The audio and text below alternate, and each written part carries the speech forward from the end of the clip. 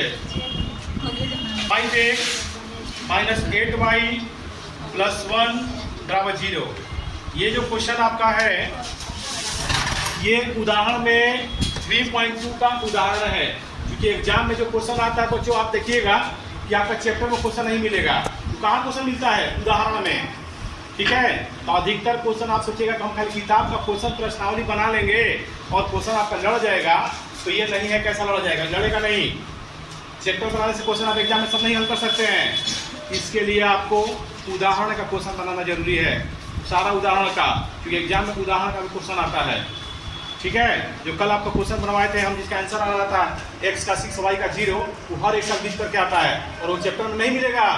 जब मिलेगा तो उदाहरण मिलेगा। तो कल मैंने बताया था उदाहरण पर बताया था, आज बता रहे उदाहरण आई। ये जो प्रश्नावली है, प्रश्नावली 3.2 में है और पेज नंबर कितना में है? 53 में है, NCERT के मैथ बुक में। तो देखिए हम बनाने जा रहे हैं। तो ये तो समीकरण 1 हो गया, ये पहला वाला है। पर इसको हल करेंगे। देखिए ये इसको हल करेंगे पहले। नीचे कुछ नहीं है तो 1 है। ठीक, 5 का और 1 का एलसीएम कितना होता है? 5। क्या होता है बच्चों? 5।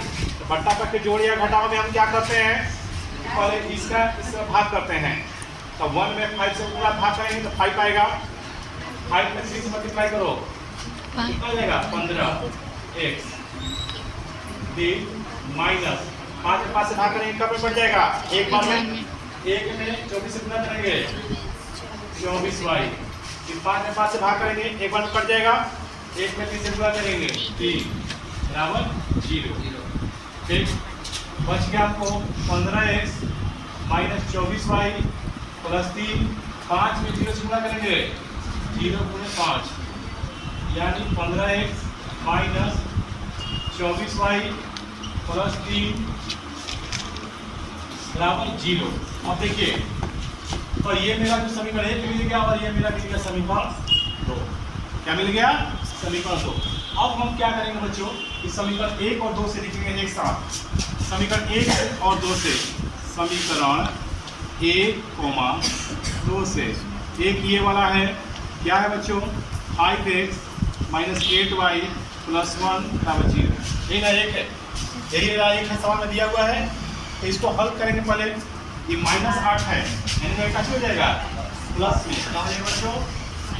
प्लस में plus 8y plus 8y plus 1 कहने जाके माइनस 1।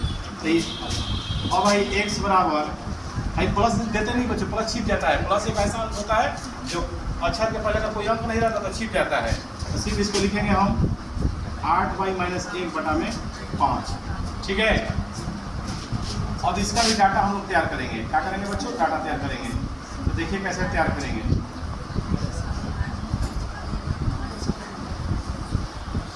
x और ये आ गया y। अब सबसे छोटा अंक रखेंगे इसमें भी हम। क्या करेंगे बच्चों? सबसे छोटा अंक रख के पहले चेक करेंगे आ रहा है कि नहीं आ रहा है। अंक रखेंगे, कोई भी अंक रखिएगा। ठीक है, ये सवाल में कह रहा है कि ग्राफ द्वारा ज्ञात कीजिए कि युग्म का हल है या नहीं, अद्वितीय हल है या अनेक हल है। ठीक है, देखिए तो ग्राफ द्वारा हल करेंगे हम कैसे भाई? तो देखिए y की जगह पे हम सबसे छोटा अंक रखेंगे। ठीक है, ग्राफ y की जगह पे सबसे छोटा अंक रखिए। तो 0 अगर हम देते हैं यहाँ पे y की जगह पे, तो क्या हो जाएगा? ये पूरा 0 हो जाएगा, नहीं हो जाएगा?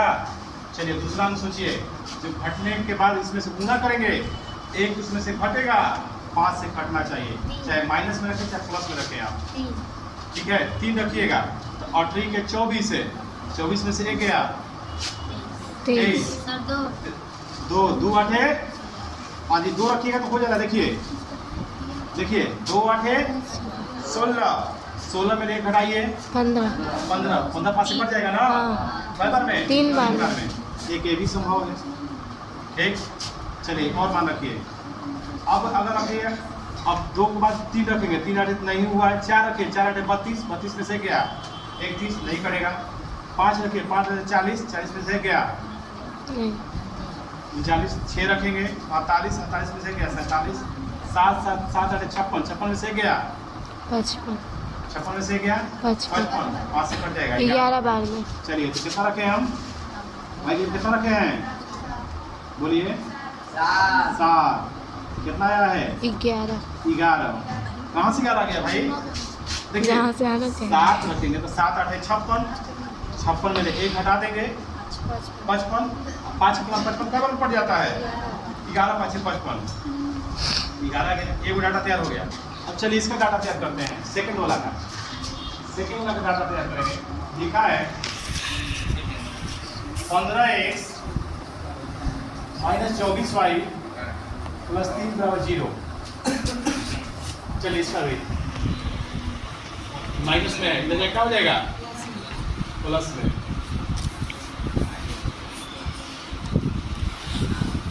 प्लस में इधर जाके माइनस में।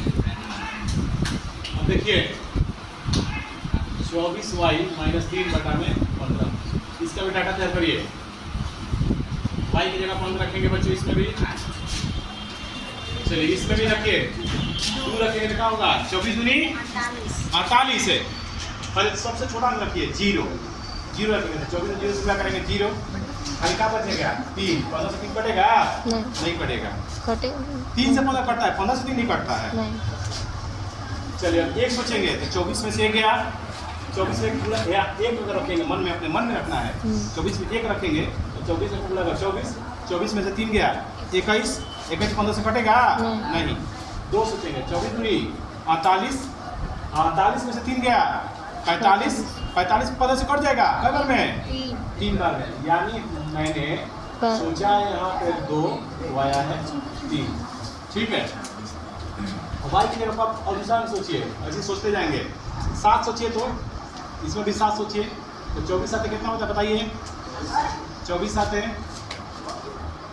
बोलिए 7 28 7 14 16 159 है।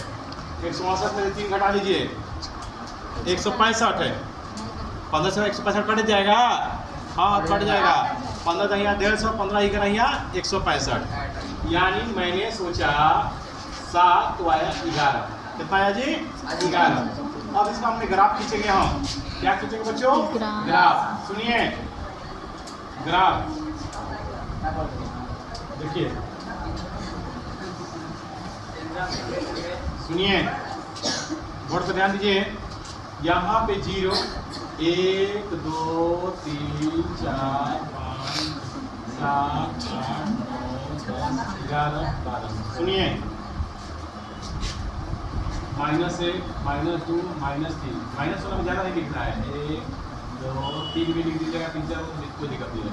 प्लस वाला में लिखना होगा आपको 1 2 3 4 5 6 7। सुनिए तो मान रखेंगे x का 3 y का 2, x का 3 y का 2 कहाँ हो जी x का 3 y का 2 कहाँ होगा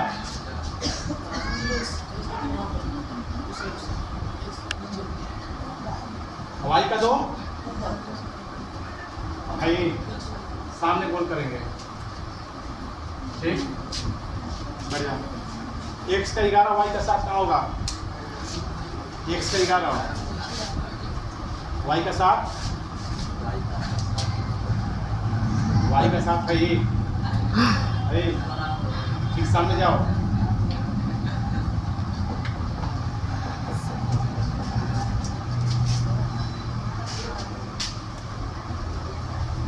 दोनों से होके रेखा गुजार देंगे।